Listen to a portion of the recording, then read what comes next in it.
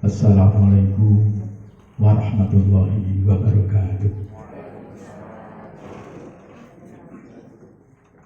Salam sejahtera bagi kita semuanya.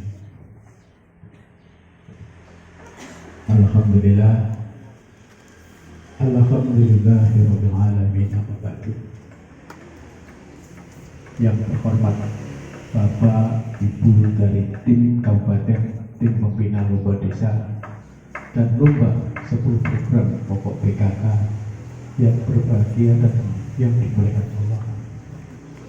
Yang terhormat Bapak Camat beserta stafnya, yang terhormat Bapak Ketua BPD, Ketua LPMD, Bapak Babinsa, Babinmas, Bapak Ketua RT RW, Ibu tim penggerak PKK beserta anggotanya, dan ibu-ibu tim penggerak PKK dari desa Sektor Grebel, Bapak Ibu perangkat desa, dan hadirin hadirat yang dimuliakan Allah. Sebelum kami menyampaikan paparan, mohon izin Bapak, mohon maaf yang sebesarnya karena beban ini kami terus terang masih belum, karena kami menjabat kepala desa baru tahun dilantik 2019 akhir, jadi masa masih berjalan 3 tahun ini. Jadi mohon maaf bila mana ada kekurangan, kekilapan apa yang dipaparkan ini, jelas kami banyak kekurangannya, apalagi nanti tadi disampaikan kriteria menjadi desa terbaik. Saya melihat di situ kita belum punya sama sekali, Pak, masih belum. Jadi mohon bimbingan, mohon arahan dan petunjuk. Yang pertama, kami menyampaikan selamat datang di Kampung Pelangi.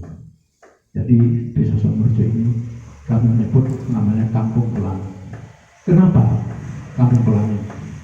Mungkin berpikir, kalau kita melihat pelangi itu kan ada warna-warni mejiku, hibinium, merah cigai, dan lain sebagainya. Namun dalam artinya Kampung Pelangi itu di sini maksudnya di keluarga kami ini moncowarno, artinya segala karakter ada di keluarga kami, terutama di titik desa kami, titik wilayah kami itu ada yang dilewati jalan provinsi, ada yang dilewati jalan kabupaten, ada yang dilewati jalan desa, juga ada wilayah terpencil, Pak, yang dikenal namanya Pulau Manuk. Nah, Pulau Manuk itu terdiri hanya 7 kakak, 7 rumah. Mulai dari pertama adanya desa, karena itu yang mulai babat desa pertama kali. Maka itu sebelum kami memaparkan profil, terlebih dahulu kami memperkenalkan asal usul desa Sonorejo.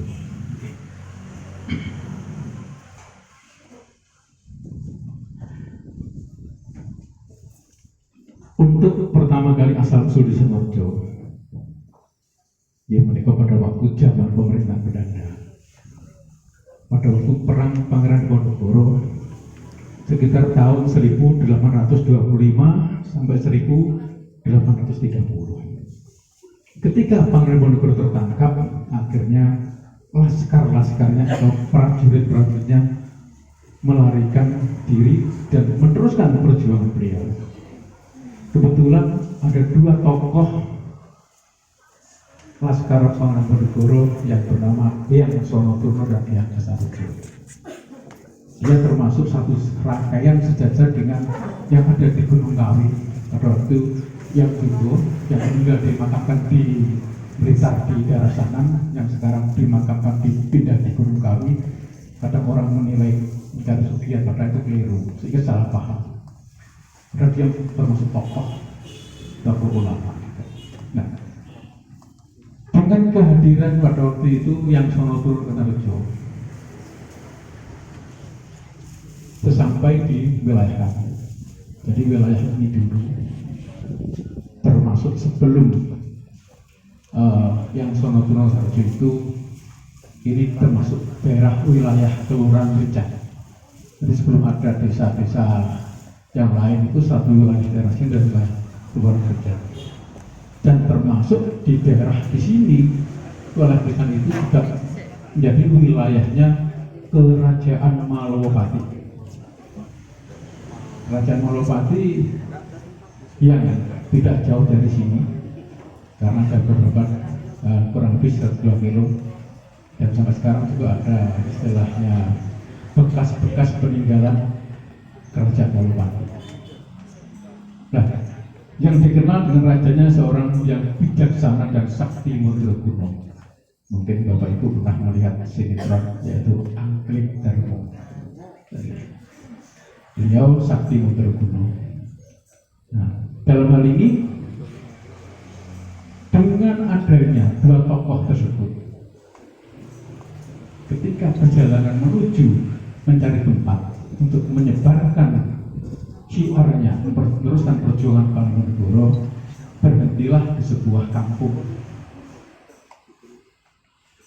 Mohon maaf sebelumnya, bukan kampung, masih hutan. Di dalam hutan ditemukan sebuah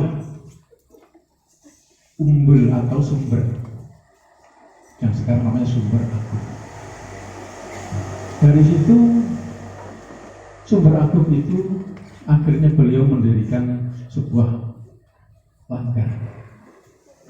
Akhirnya berkembang mendatangkan keluarganya yang dari Solo, karena yang Sono Turnowarjo itu wilayah termasuk prajurit Mataram, sehingga membantu beberapa warga untuk menyiapkan agama sekaligus mempertahankan perjuangan Pangeran Diponegoro. Nah, berkembang waktu akhirnya disitulah sekitar tahun 1837 yang Sonoturno dikehendaki oleh santrinya, warganya untuk memimpin desa Sonorejo. Jadi sehingga desa Sonorejo itu pertama kali yang menjadi Demang adalah Yang Sonoturno. Nah, kenapa dikatakan desa Sonorejo? Nama Sonorejo itu diambil dari dua tokoh tersebut, dari Yang Sonoturno dan Kasnarejo. Dua gabungan tokoh laskar itu menjadi satu, menjadi Sonorejo. Jadi dusun Sonorejo tidak ada di sini, sehingga adanya desa Sonorejo. Jadi desa Sonorejo gimana ya, daerah mana? Karena suatu kerajaan. Sonorejo itu terdiri dari yang waktu itu menjadi 3 dusun, yaitu dusun Sumber Agung dan Sumber Towo dan Sumber Gambi. 3 dusun inilah yang mengawali untuk perkembangan masyarakat di desa Sonorejo. Dengan perkembangan waktu, akhirnya dusun Sumber Agung berkembang menjadi 2 dusun, pecah menjadi 2 dusun merupakan dusun, yaitu dusun Sumber Agung dengan dusun Sumber Asri. Perkembangan waktu juga karena jumlahnya penduduk, Sumber Gambi menjadi 2 dusun, yaitu Sumber Gambi Lor dan Sumber Gambi Kidul. Mohon maaf Bapak Ibu yang saya hormati, terkait dengan awal mula dusun Sonorejo ini, sehingga kami mohon maaf ini pertanyaan lagi seragamnya kok kali. Mohon maaf, ini memang sengaja kami ketika dilantik, setelah dilantik menjadi kepala saya oleh 2019 sampai 2025, ini kami berkomitmen kita pada waktu itu seragam hari Kamis. Jadi Kamis itu batik, kami harapkan untuk ciri khas desa Sonorejo itu memakai baju budaya. Maksud dan tujuannya adalah apa? Agar kita itu mengingat bahwa kita itu orang Jawa. Ojo sampai wong Jawa lali karo Jawa ini. Nah, wong Jawa. Inilah yang mengawali kita untuk sebagai budaya setiap hari Kamis sampai hari ini pun kebetulan hari ini hari Kamis, kami bukan berarti karena ada jenengan bahkan bertiga, namun tidak ada jenengan pun juga bagiannya juga hari seperti ini untuk sebagai ciri khas budaya Jawa agar kita itu mengingat bahwa kita itu adalah orang Jawa. Sehingga orang Jawa itu berpikir banyak toto kromonya, orang tua, anak pada orang tua, murid dengan guru, dan lain sebagainya. Inilah tentang sedikit sejarah masalah desa Sonorejo.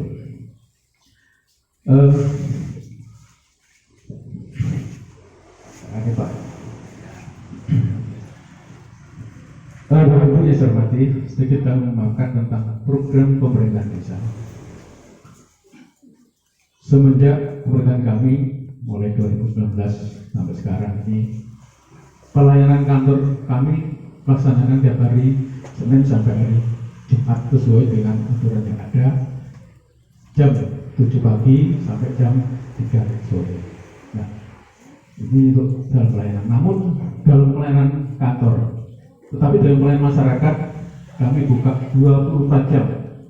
Tidak ada istilahnya surat menyurat, orang kebutuhan problem masalah keluarga, tentang apapun yang dibutuhkan masyarakat, kita siap melayani 24 jam.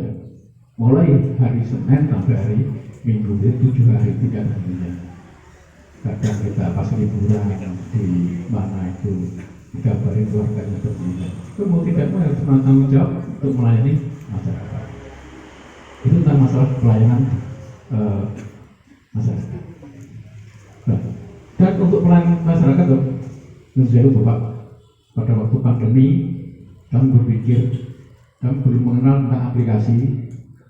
Pada waktu itu agar masyarakat tidak berjubel, kami berpikir karena zaman sekarang sudah zamannya handphone WA, kami menyampaikan kepada tugas IT, Mas tolong agar masyarakat itu butuh waktu, butuh surat itu dilayani cepat, enggak jubel, kita buat diserahkan ke grup-grup untuk melalui WA.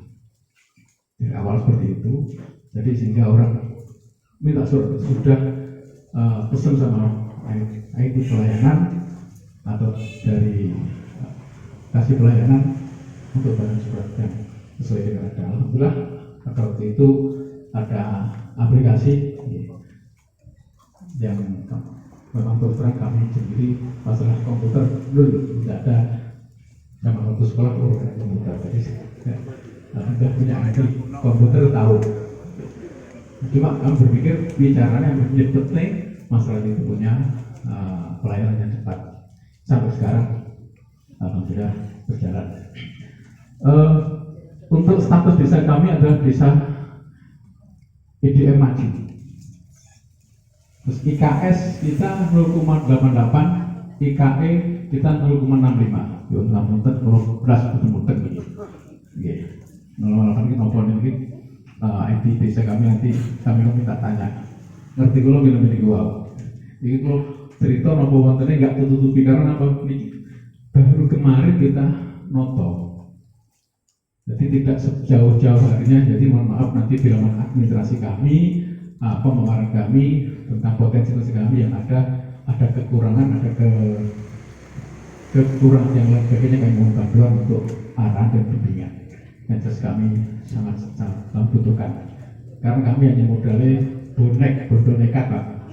Karena anti karep nih bodoh jubet, artinya kemauannya ada.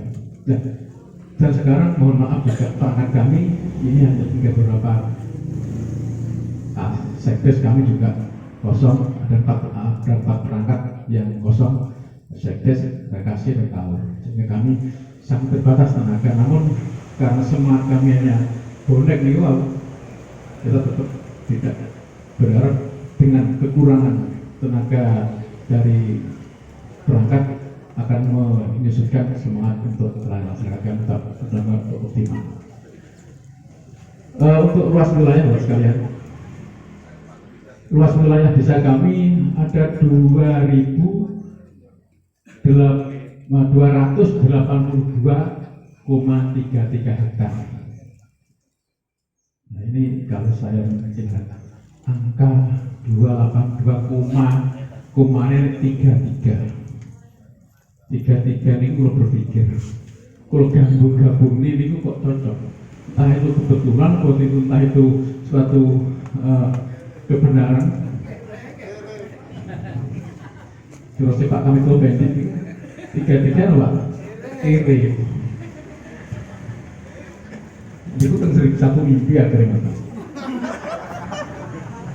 ketika itu aturnya juga dibuka nih di satu mimpi terus kiri, tapi kira-kira cocok. Kenapa? Lu rasa kalau diri itu kira-kira gak enak sing omahe niku gede, omahe daduk mboten enten semua jodoh jenengan wis ngersani es turun mboten cerita bohong mboten rumah kula nu daduk atape daduk bule gede itu asli rumah sampai sekarang. Jadi kapan itu akan bantuan dari kabupaten enten tim pendamping, Bu, rumah ini kira cocok betul. Bisa masuk kan? Bisa masuk. Berarti bukan kalau betul orang ya, jika apa? Rumah itu kenangan. Nah, tiga-tiga itu cocok. Ini ku makro, terjauh ini nggak tahu. Terus saya mau tahu, itu tak otak naik ayo, masuk nih. Ibu kakak ini baru siapa? Bapak. Ibu kakak itu ibu. Lah kok sih pembarnya raya apa yang lain? Ibu tak tidur ibu ini. Ibu. Jadi kalau laki-laki tiga itu mungkin sudah mungkin rahasia Allah kita tak tahu. Untuk lahan kering ada 116,21 hektar. Yang basah ada 100,50 hektar. Lahan rumah dan fasilitas umum 28 hektar. Batas wilayah desa sebelah barat. Ya mohon maaf memang desa kami Obo. Sebelah barat itu desa Monasri sama desa Banyakan. Berdampingan dengan desa Monasri dan desa Banyakan. Sebelah timur berdampingan dengan desa Gantengan dan desa Senggakan. Sebelah utara ada desa Sumberjo dan desa Gamyok, dan sebelah selatan ada desa berdampingan dengan desa Lakalan. Untuk orbitasi jarak ke ibu kota kecamatan 2 kilo, jarak ibu kota ke kabupaten kurang lebih 10 kilo, jarak ibu kota ke provinsi 140 km. Untuk data jumlah penduduk Bapak Ibu sekalian, penduduk Sonorejo itu terdiri dari 11 RW dan 37 RT. Mungkin bulan depan akan berubah lagi menjadi 39 RT karena apa? Ada 2 perumahan. Jadi mungkin bulan depan kami akan menetapkan untuk satu rumah satu RT. Jadi kemungkinan masih 39 RT. Dari laki-laki jumlah penduduknya suma total ada 8.412, jumlah yang sangat banyak. Karo Nasri Sewu, Tikel Biro, ini dan bisanya nggak selisih Saidi, butuhnya kan jauh wakil butuhnya. Untuk laki-laki jumlah laki-laki 4.496, jumlah perempuannya 3.916. Ini kita berpikir berarti yang itu bisa lagi Saidi. Makanya jual mahal. Jual mahal. Makanya kalau tambahin sing siji tambah loro. Nah, Bapak-bapak Ibu, Pak JS pengen tambah, pengen banget masuk pulang dulu. Pengen jumlah penduduk perempuan penduduk. Oke, nah ini kok akeh laki-laki ini, ini malah murah nih, itu kata untuk saya berarti bujang. Jumlah kakak terdiri dari 2.824 kakak. Nah, Untuk visi misi Desa Sidoarjo sekalian, yang pertama adalah mewujudkan desa wisata untuk kemakmuran masyarakat desa. Jadi tadi saya sampaikan, pertama kali yang Sonoturno itu bersingkat di Dusun Agung itu kebetulan menggunakan embung. Nah, sampai sekarang kita kembangkan menjadi desa wisata. Dan baru bulan kemarin diresmikan Masbuk. Mudah-mudahan nanti ke depan membawa bangsa untuk warga kami. Untuk percepatan pembangunan desa secara terpadu, mendorong transformasi sosial, budaya, dan ekonomi desa yang didukung dengan tata kelola pemerintahan yang baik melalui peningkatan kapasitas aparatur desa pendampingan. Artinya kami sangat terima kasih sekali mereka sudah memberikan bantuan pendamping mulai dari pendamping desa, berjalan hingga kejar pendamping mungkin di nabrak-nabrak. Penetapan batas desa, pengembangan desa wisata, desa digital, dan produk unggulan desa dan kawasan pedesaan pengembangan BUMDes dan BUMDes bersama, peningkatan pelayanan dasar desa, optimalisasi pemanfaatan dana desa untuk mendorong kegiatan produktif pemberdayaan masyarakat desa, penguatan peran kecamatan sebagai pusat perubahan dan pertumbuhan serta pembinaan dan pengawasan desa. Lanjut. Profil pemerintahan desa dan lembaga desa Sidoarjo. Tentang pemerintahan desa, perangkat desa terdiri dari Kades, Sekdes, 3 Kasih, 3 Kaur, 5 Kasud, dan staf desa. Kondisi sekarang yang kosong, Bapak Ngapunten, Sekdes kosong, Kaur umum kosong, dan Kaur perencanaan kosong. Nah, pengen dan perangkat yang masih menunggu aturan belum turun. Di luar struktur kita masih mempunyai staf desa, ada IT desa, pelaksana teknis, 3 juru kunci, dan relawan desa. Lembaga desa terdiri dari BPD 9 orang, LPMD 12 orang, tim penggerak PKK, Kampung KB, Polindes, Karang Taruna, BUMDes, lembaga adat desa, Limas. Ini tidak kami rekayasa, memang adanya seperti itu. Belum konsultan maupun tenikun.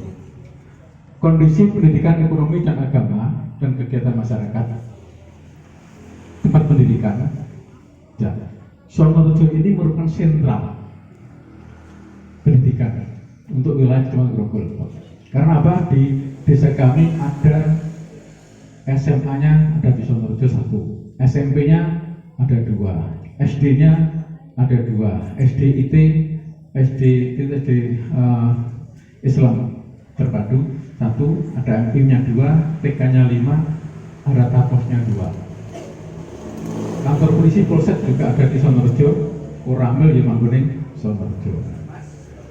Makanya komplit BRI gunain duit ini Sidoarjo ada. Makanya tadi saya katakan Kampung Pelangi. Masyarakat Puskesmas juga ada di Sidoarjo. Nanti mau lengkap. Segala bidang kan Sidoarjo Pelangi ini kan masyarakat ini kan. Sing apik, setengah apik, sing elek, karakternya gitu kan. Enten sing dadi kiai, enten sing dadi setengah kiai, enten sing dadi ada yang jadi macam-macam. Kulo itu pas enten wartawan ataupun dagang nopo niku jual koran. Sidoarjo aduh ya gitu.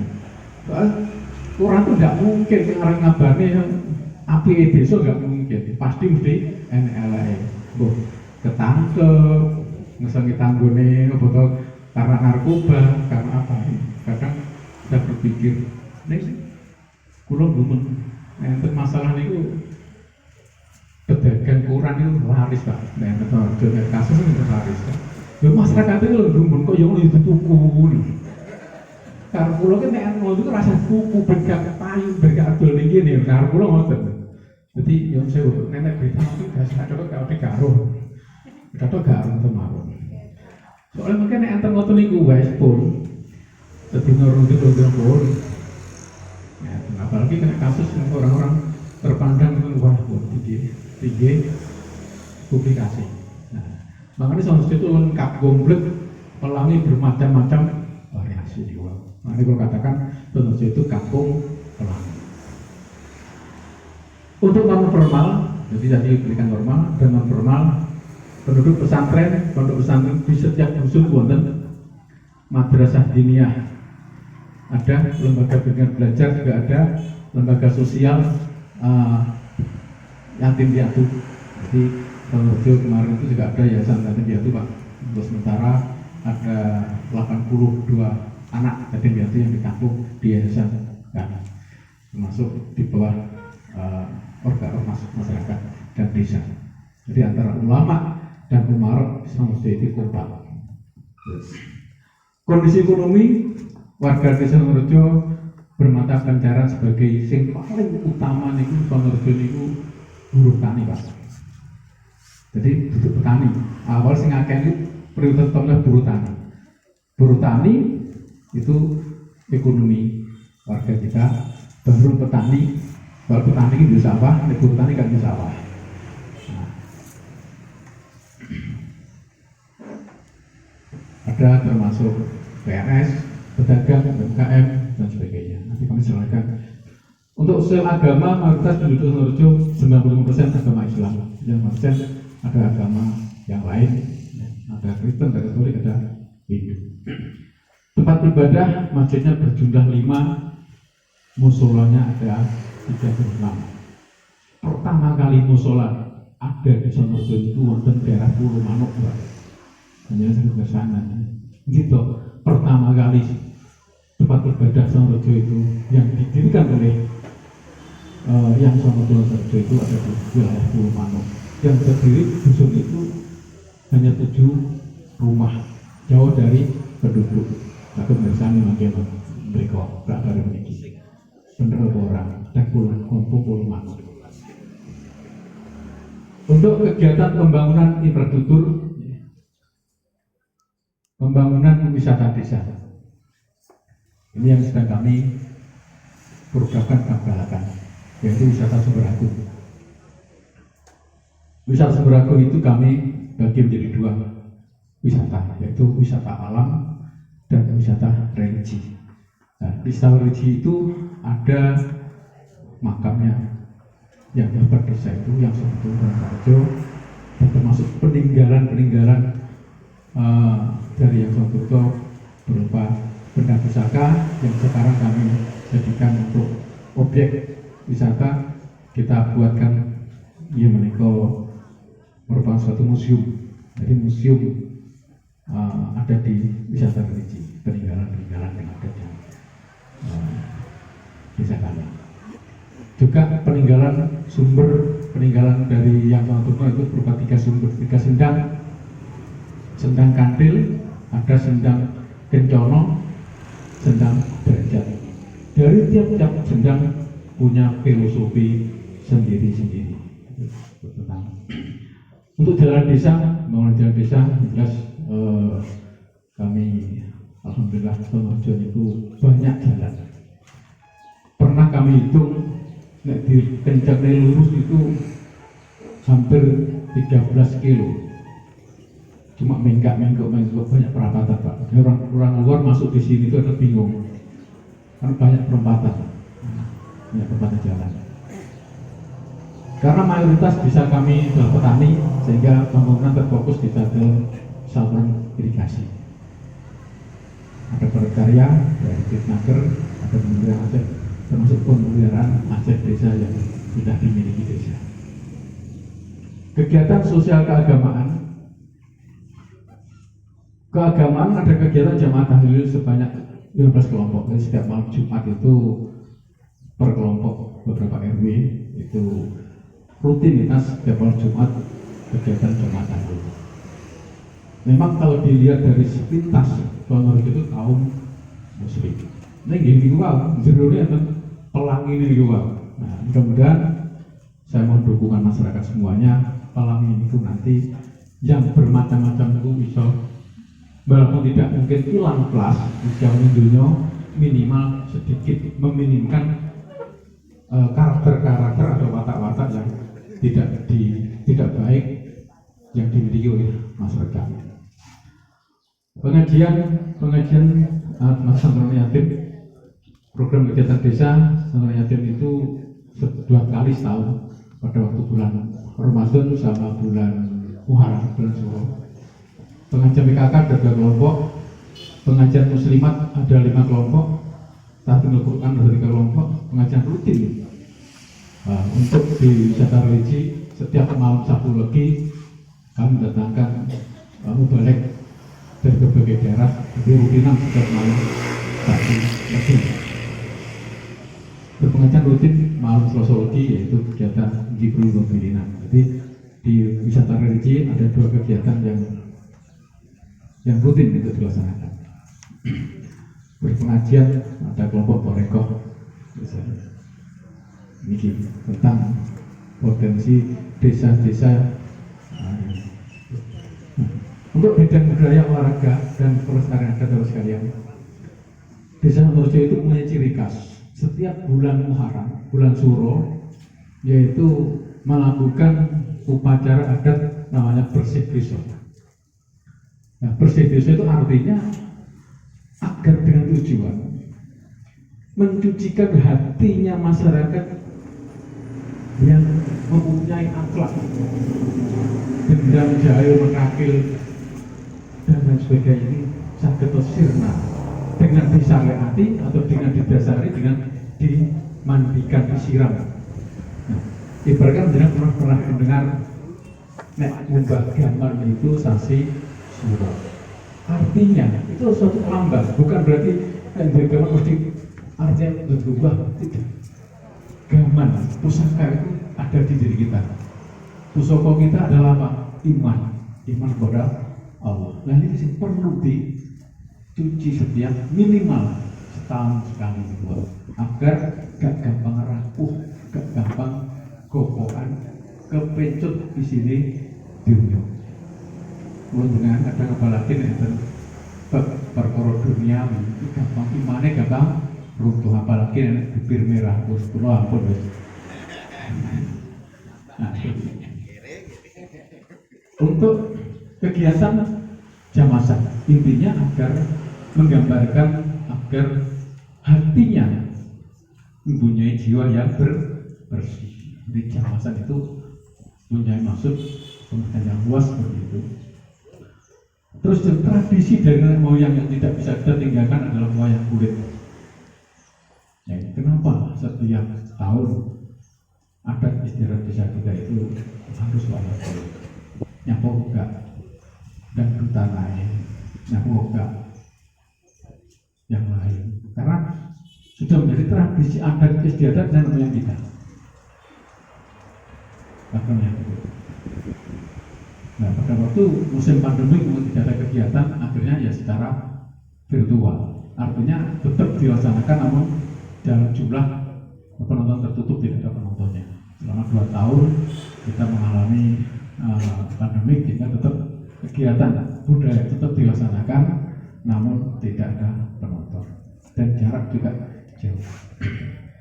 Ada perguruan pencak silat, di sini ada kesenian Banjari, ada kesenian Kausidah, campur sari, karawitan, orkes Melayu. Ya, Bapak Ibu sekaligus informasi Binjing tanggal 2 Oktober yang mersani ya, orkes Melayu itu Triwulis warga desa Jenengan tampil di lapangan Wonorejo ya, dengan bintang tamu top dari Jawa Timur. Dalam bidang kesehatan Polindes kita ada 1, Posyandu balita ada 5, Posyandu lansia ada 1, Posyandu ODGJ. Nah, gitu. Makanya kalau ada komplit itu warga Wonorejo itu sing gendeng ya kata. Nah, gitu. Sing gendeng ya kata. Enten piro Pak? Pinten? 20 ku sing ketok.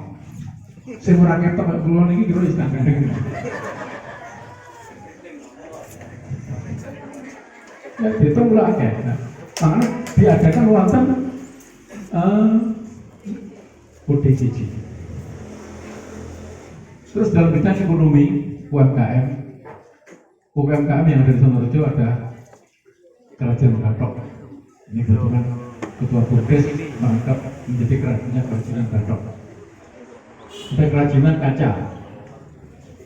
Jadi yang sering dalam pameran juga ada kerajinan anyaman termasuk sampah dan sebagainya, dan kerajinan caplokan.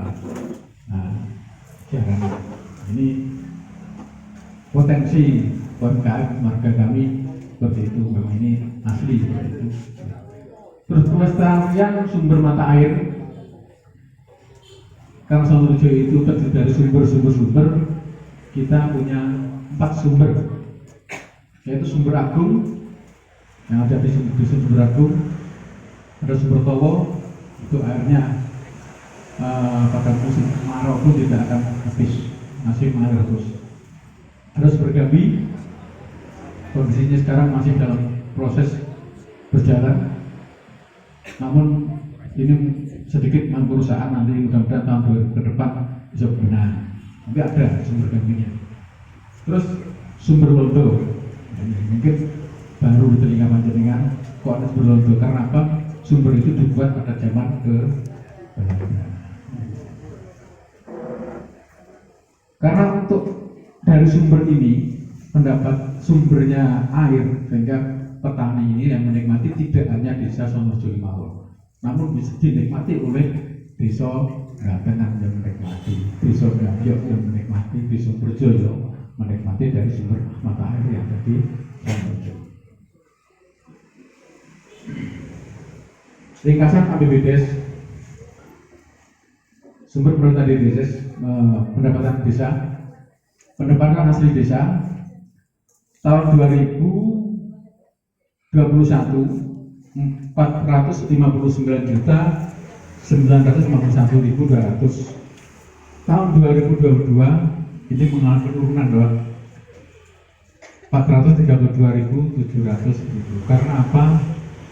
Pandemi tikus, Pak, yang sampai sekarang ini merajalela di wilayah kami. Sampai bengkoknya lurah, bengkoknya perangkat gak pahit betul, Pak. Kemarin dilelang tidak ada yang mau masuk. Ini kendala sekarang, kemudian ujian dan cobaan ini cepat berlalu.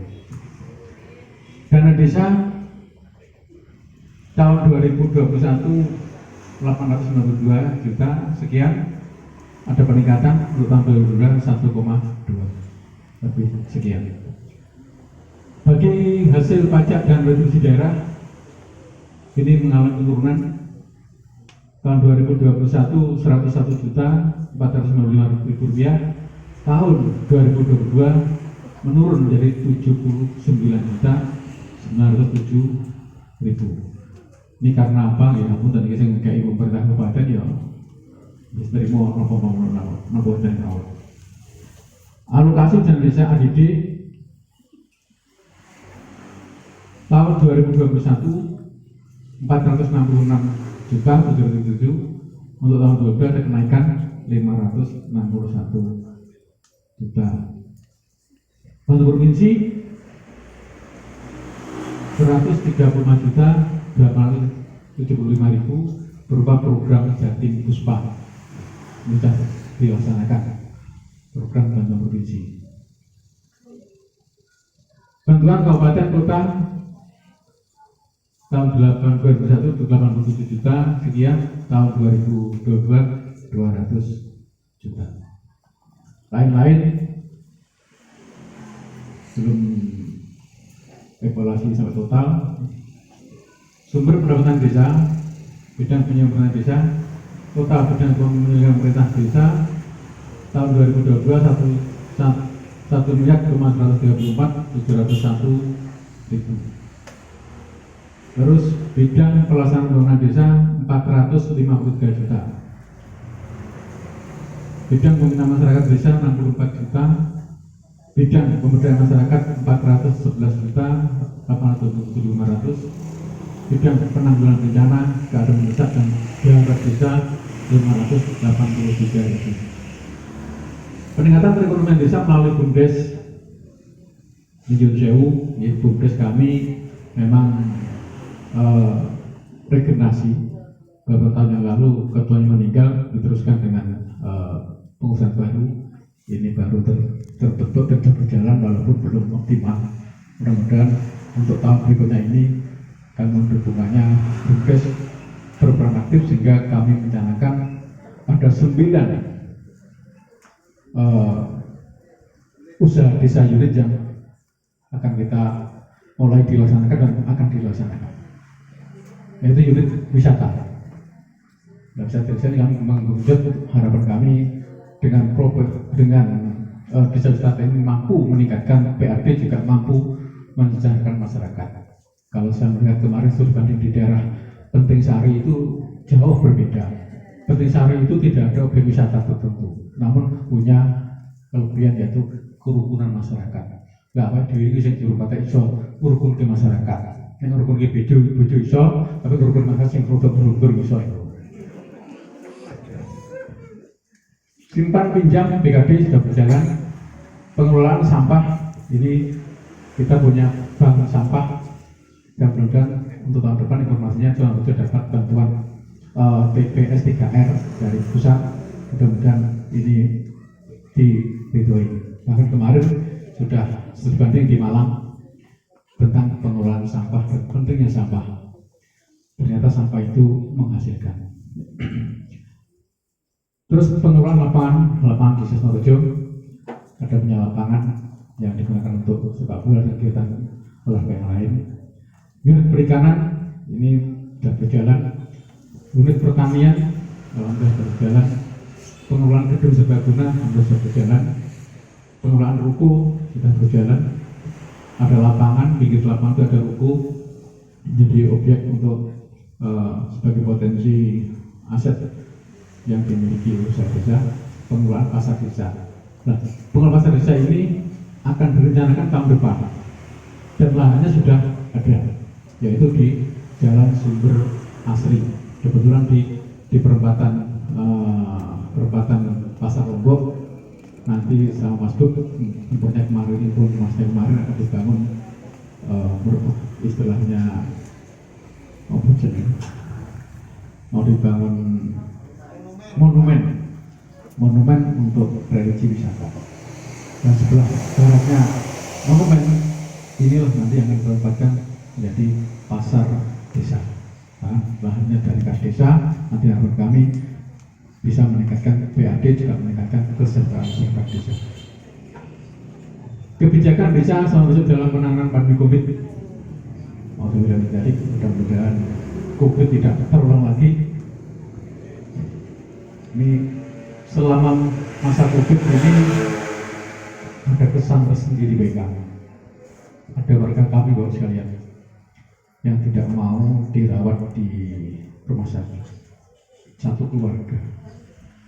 Ini menjadi ikatan kami. Pada waktu itu kami sengaja mandiri, artinya orang yang dibawa ke puskesmas dicek kena COVID atau tidak, dia tidak mau karena semua keluarga optimis dia tidak apa-apa dan tidak akan kena COVID.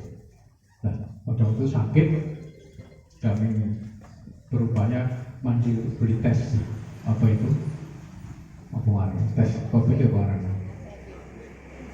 apa jenisnya antigen. Kita tes antigen hasilnya positif, meninggal. Namun keluarganya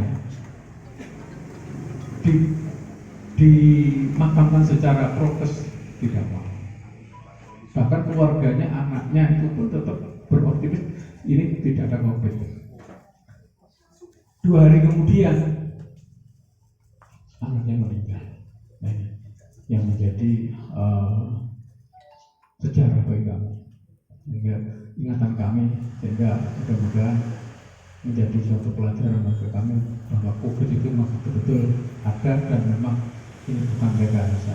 Karena ini Sonorejo komplit enak yang percaya, tidak percaya kan dari itu pembohongan kan macam-macam pokoknya. Kita terima aja, mau masyarakat kita itu seperti itu. Dari sektor pertanian, potensi desa tanaman multikular di Pik Jeruk ini alhamdulillah berjalan. Desa kita punya warga kita yang punya kebun bimbing. Jadi ada wisatawan petik bimbing dan petik jeruk Ini punya Pak Kasun Berjeruk. Ada Jambu Kristal dalam pengembangan berkembang. Sektor perikanan budaya ikan nila, budaya ikan mujair, budaya ikan lele, dan budaya ikan gurame. Ini ada di wisata Semeragung, juga ada di daerah Sumbertowo. Sektor peternakan, penggemukan kambing, ini dalam kelompok masyarakat. Sektor wisata, ada desa wisata, ada wisata alam, wisata religi, dan paket wisata. Memang kami melakukan nanti setelah kami studi banding di Penting Sari, ternyata desa wisata dan wisata desa itu berbeda. Kalau wisata desa itu menjual tiket, bahasanya memamerkan wisatanya desa. Ada perusahaan tidak ada wisatanya kok berjual, ternyata bukan menjadi desa wisata. Wisata desa. Tapi kalau desa wisata tidak harus ada objek wisatanya. Dari segi masyarakatnya yang dimiliki kelebihan-kelebihannya, kerukunannya, kedamaiannya, sopan santunnya, ini yang sampai satu. Betul, di Penting Sari itu nanti ibu kapan kita rekreasi ke sana, melihat Penting Sari apa. Kita tidak menilai dari objek wisata, tapi menilai dari masyarakatnya. Kita ketemu masyarakat, sopan santun, senyum, mulai diri gak, lucu. Nah, agar kita itu malah sedikit-sedikit nanti kita bergeser saja. Terima kasih. Sekilas minta, ya niki Bapak Ibu, termasuk ibu-ibu PKK. Nah,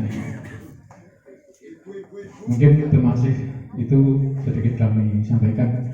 Yang jelas kami mohon bimbingan, mohon bantuan untuk menjadi desa wisata, menjadi sebagai produksi, menjadi sebagai potensi desa kami untuk menuju ke provinsi, sehingga istilahnya modal bondo nekat. Terkadang dari kami dan keluarga saya mohon maaf yang sebesar-besarnya. Ihdinas siratal mustaqim. Wassalamualaikum warahmatullahi wabarakatuh.